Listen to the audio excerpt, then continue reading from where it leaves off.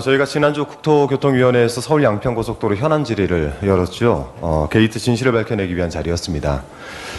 이 자리에서 원희룡 장관은 그야말로 정말 장관의 자격이 없다라는 사실을 아주 적나라하게 드러냈습니다. 그래서 저는 오늘 이 원희룡 장관에게 5가지 책임을 묻고자 합니다. 첫째는 장관으로서의 본분을 이탈해서 정치 행각을 일삼는 데에 대한 책임입니다. 원희룡 장관은 이날 현안 질의에서 야당의 고속도로 문제 제기를 거짓 선동 이렇게 규정을 했습니다. 야당 의원의 질의에는 자꾸 말꼬리를 잡냐, 들을 마음이 없는 것이냐 라고 핑계를 대면서 제대로 된 답변을 하나도 하지 못했습니다. 특히 특정 시민단체들을 거론하면서 날파리 선동꾼이라고 운운을 했습니다. 특히 저와 관련해서는 행신동 1082번지와 같은 허위 사실을 미끼로 삼아서 야당 의원을 낚으려는 한심한 행태까지 보였습니다. 참고로 1082번지는 저희 지역 사무실이 아닙니다. 저희 지역 사무실의 주소는 행신동 1086번지고 1082번지는 저희 지역 사무실 건너편에 있는 다이소라고 하는 생활용품을 파는 곳입니다. 현안 질의 현장에 장관은 사라지고 여당과 야당만 있는 꼴이었습니다.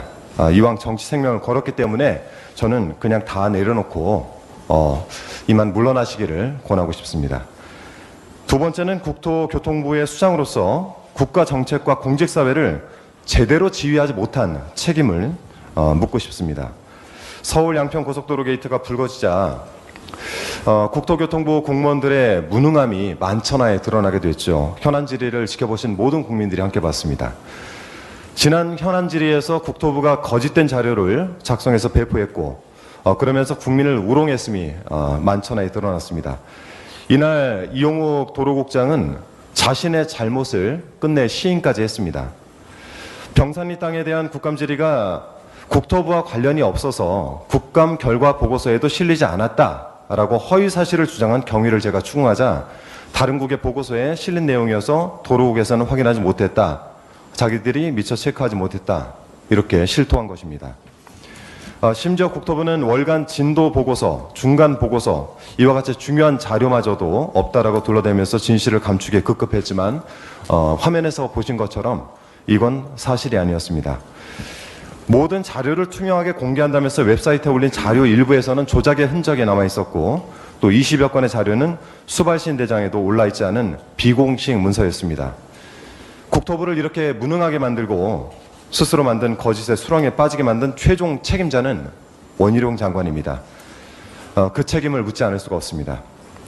세 번째는 대통령의 공약 사업이자 국민 모두를 위한 국책 사업을 손바닥 뒤집듯 하면서 국민을 우롱한 책임을 물어야 됩니다. 서울 양평 고속도로 사업은 이 양평 군민을 비롯한 국민의 오랜 수고한 사업이었죠.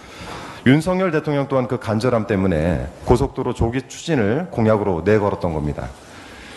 2008년에 민자 사업으로 제안되었다가 사업성 문제로 좌초가 되긴 했지만 국민의 여망을 이루기 위해서 예타를 통과시키면서 아주 수월하게 추진되던 사업이었습니다. 그런데 원희룡 장관은 돌연 백지화를 선언했고 때로는 민주당이 사과하지 않으면 사업 추진은 없다라고 협박을 했습니다. 이제는 고속도로 게이트 국면이 불리하다고 판단한 것 같습니다. 노선검증위원회를 꾸리자라고 하면서 은근슬쩍 백지화를 또다시 백지화하고 있습니다.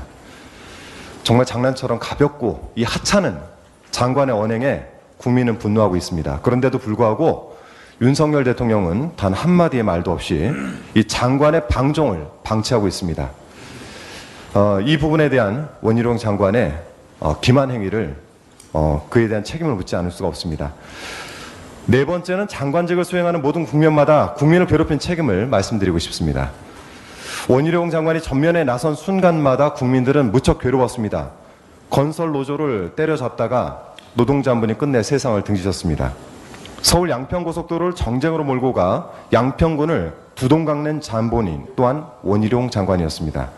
또 최근에는 순살 아파트 철근 문제를 돌연 들고 나오면서 전 정부 탓을 하기 시작했습니다. 고속도로 의혹은 민주당의 거짓 선동이다라는 언론 플레이가 더 이상 통하지 않을 것 같았는지 모르겠습니다. 히틀러의 대변인이었던 괴벨스는 거짓말을 100번 하면 진실이 된다라고 했습니다. 하지만 우리 대한민국 국민은 좀 다르다, 저는 그렇게 판단하고 있습니다. 원희룡 장관의 거짓 선동에 국민은 대려 분노하고 고속도로 특혜 의혹에 진실에 더욱 가까워질수록 원희룡 장관의 폭력적인 태도, 혐오의 정서로 국민을 편가르는 의도는 더 이상 통하지 않을 것입니다. 마지막입니다. 원희룡 장관은 고속도로 의혹을 키운 장본인입니다. 자신의 신락 같은 정치 생명을 그렇게 지키고 싶었는지 묻지 않을 수가 없습니다. 이에 대해서 저는 반드시 원희룡 장관이 책임을 져야 된다고 생각합니다.